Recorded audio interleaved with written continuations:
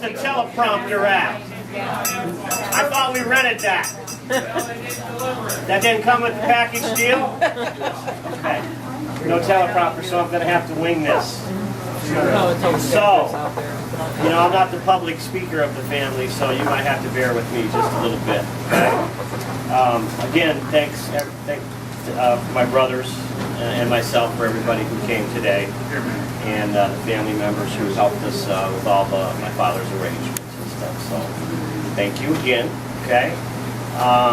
Put a lot of thought into where we should, do a little luncheon for my dad, and it's a pretty easy decision. Larry and my dad were friends. We're friends of the family, Karen and Trudy and Mary. It's a family-run operation, which is a dying breed in this business. Larry and his family have been here, about 40 years, Larry? Yeah. About 40 years.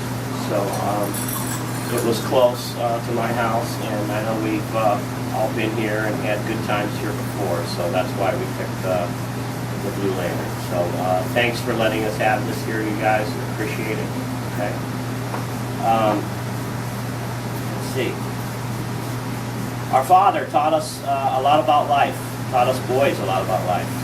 Love, friends, and family. I like to speak to a few of those lessons on a personal level. My dad taught me how to open a restaurant.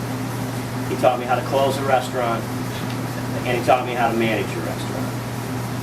He taught me about the 3 W's of the restaurant business. The wine, the whiskey, and the waitresses. And how all 3 can be a lot of fun and cause some problems as well. He taught me that if you have great food and excellent service, people will come to your establishment. He taught me about old school marketing and advertising. Dad's idea was not radio or TV. His idea was to drive into town on his day off and get his hair cut at Eddie's Barber Shop, and then proceed to as many food and spirit establishments as possible. This could include Doc Pierce's, the Kelly Pub, the Parkway Tavern. His patented approach was simple. As soon as he sat down at the bar, he would call the bartender over and instruct them to buy everybody at the bar a drink and tell them that it was on him. Now that approach, while simple, is quite effective in stirring up conversation with a lot of potential customers. So let that be lesson 1 in marketing and advertising, Dad Style 101. My dad also taught me about how a $50 bill can get you a much better seat at the Classic Club at Arlington Park Racetrack. You simply fold it up in the palm of your hand, and with that patented Goldie move, just slip him the money. Bang, you're in.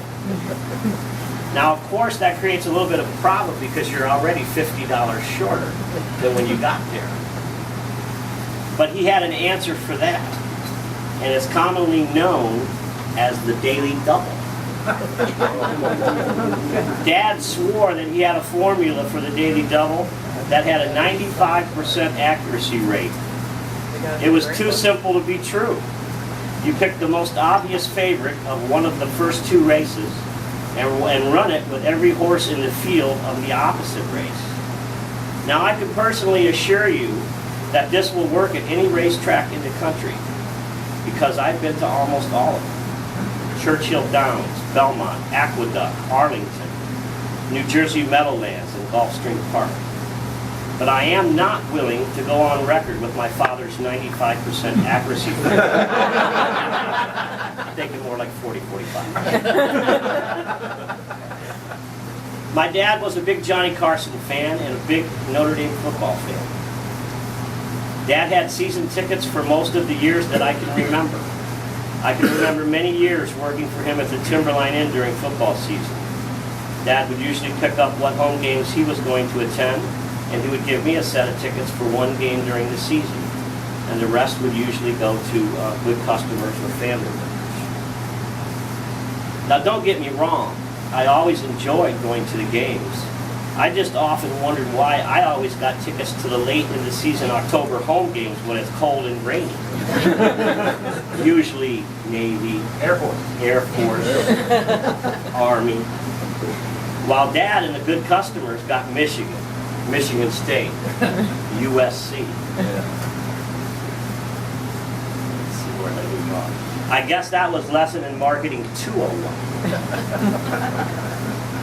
I guess the moral of my little story is the apple doesn't fall too far from the tree. With maybe the exception of Raymond Jr., he kind of fell and rolled uphill.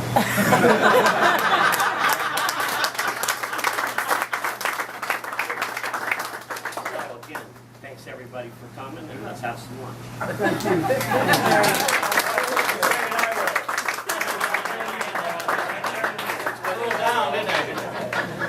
That's good.